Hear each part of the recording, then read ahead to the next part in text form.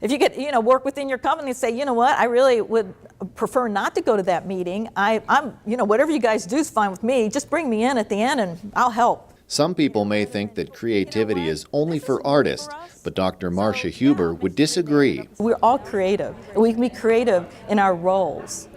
And when we are allowed to be creative in our roles, it actually brings a lot of joy into our life. Some people work well within the system, and some people want to work outside the system. Huber, a professor of accounting at Youngstown State University, says creativity can also bring joy to the workplace, resulting in more engaged employees, increased efficiency, and a bigger bottom line. Creativity is trainable, it can reduce risk, and it can also bring companies into the next stage of their development or to a higher level, or to help companies deal with issues that they previously could not solve. On Wednesday, the Ohio Small Business Development Center at YSU held a creative problem-solving workshop with about 20 in attendance.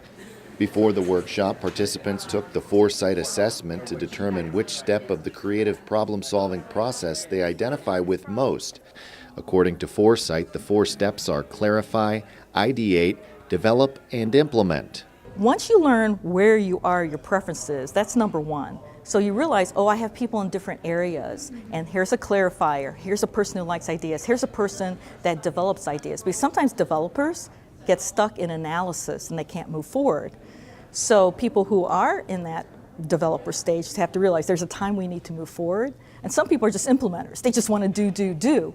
But for other people and other types of preferences, they'll be like, wait a minute, why are we doing this? Participants were then split into groups and asked to create a product that solves a need out of some random items. We're looking to build some sort of house, more of a child's toy type thing. We came up with boomerangs. Huber says knowing other people's preferences and how to work with them can be beneficial in the workplace. I think especially for the Valley, that many companies want to expand, but they may not know how, or they're risk adverse.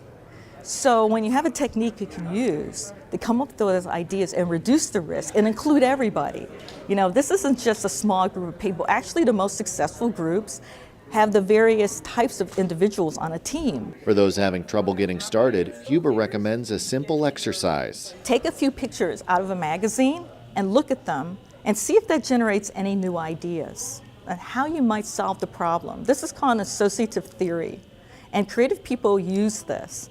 Artists use this, writers use this to come up with new ideas. And if you can borrow from pictures or other fields, you can often find a solution you never thought of that actually works. We're celebrating 95 years. Sweeney Chevrolet Buick GMC has been proudly serving our community since 1921.